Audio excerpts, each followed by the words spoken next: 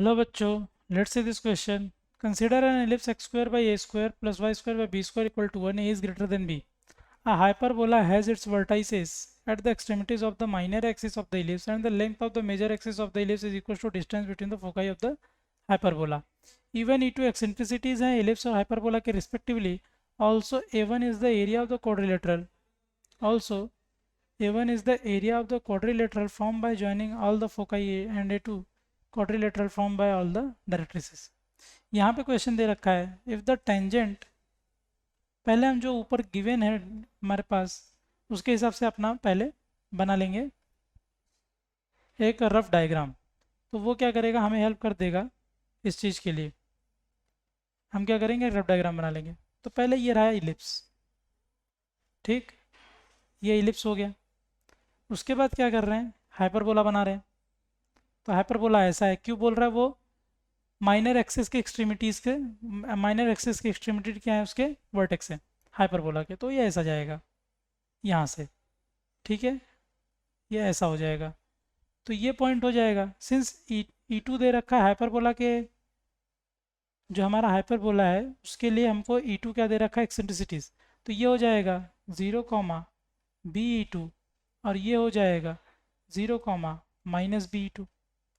और इसके एक्सट्रीमिटीज़ दे रखा है,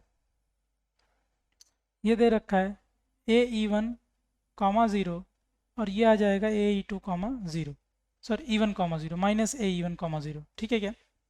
उसके बाद क्वेश्चन में क्या दे रखा है, the tangent drawn at point P on the ellipse. Ellipse के ऊपर एक कोई पॉइंट P है, वहाँ पे आप टेंजेंट ड्रॉ कर रहे हो और वो किससे पास कर रहा है, वो किससे पास कर रहा है, हाइपरबोला के फोकस से. वो किससे जा रहा है, हाइपरबोला के फोकस से. तो मतलब ऐसा कुछ है, ऐसा हमने यहाँ पर टेंजेंट ड्रॉ किया और वो कहाँ से निकला, हाइपरबोला के फोकस से. ठीक है. तो P पोलर फर्स्ट क्वाड्रेंट में है, then eccentric angle of P.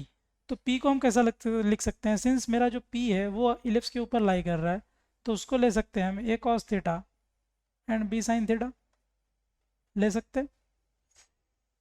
यहाँ से करेक्ट है, A sin theta A cos theta B sin theta ले सकते हैं उसको. तो उसका एक्सेंट्रिक एंगल मतलब थीटा पूछ रहा है.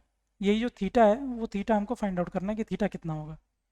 तो ये टेंजेंट है, तो टेंजेंट की equation, therefore tangent on the ellipse हम कैसे लिख सकते हैं, tangent on the ellipse, therefore tangent on ellipse कैसे लिख सकते हैं वो, that is T equal to 0. Correct है. तो T इक्वल टू 0 कैसे लिखेंगे, x1 कौन है, A cos थीटा. तो ये आ जाएगा A cos theta by A square into X plus y1 मतलब B sin theta upon B square into Y equal to 1. ठीक है. तो ये फाइनली क्या हो जाएगा, टेंजेंट की इक्वेशन. देयरफॉर ये क्या हो जाएगा, cos theta by A into X plus sine theta by B into Y equal to 1. अब क्वेश्चन में क्या दे रखा है कि ये जो हमारा ये जो टेंजेंट है वो किससे पास कर रहा है, 0 कॉमा BE2 से, इसके मतलब जो हमारा हाइपरबोला उसके फोकस से. तो 0 कॉमा BE2 उसको सेटिस्फाई करेगा. तो दिस इम्प्लाइज यहाँ पे x की जगह 0, y की जगह BE2. तो इसको रखेंगे तो ये आ जाएगा sine theta by B into BE2 equal to 1. This implies E2 की वैल्यू क्या आ जाएगी, 1 upon sine theta, 1 upon sine theta. ठीक है क्या.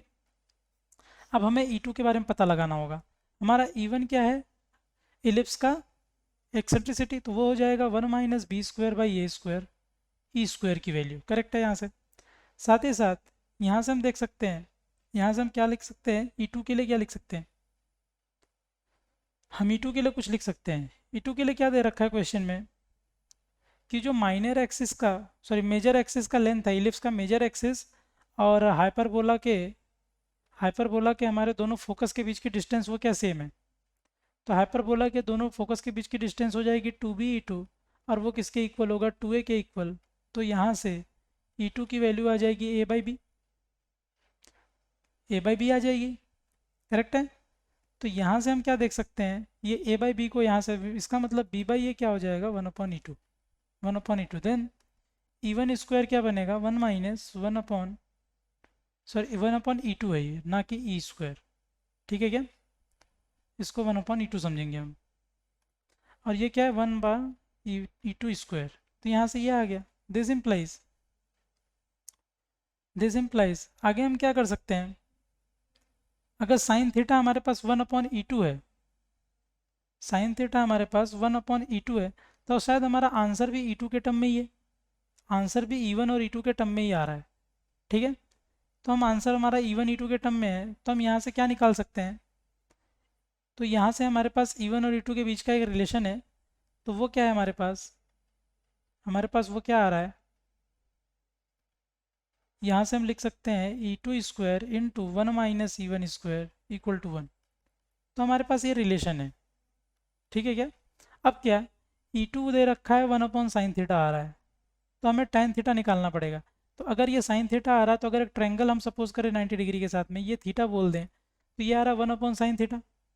तो मतलब यहाँ से देख सकते हैं कि sin थीटा क्या आ रहा है मेरा 1/e2, sin थीटा क्या आ रहा है 1/e2, मतलब ये 1 होगा, ये e2 होगा, तो ये साइड क्या हो जाएगी e2 स्क्वायर -1।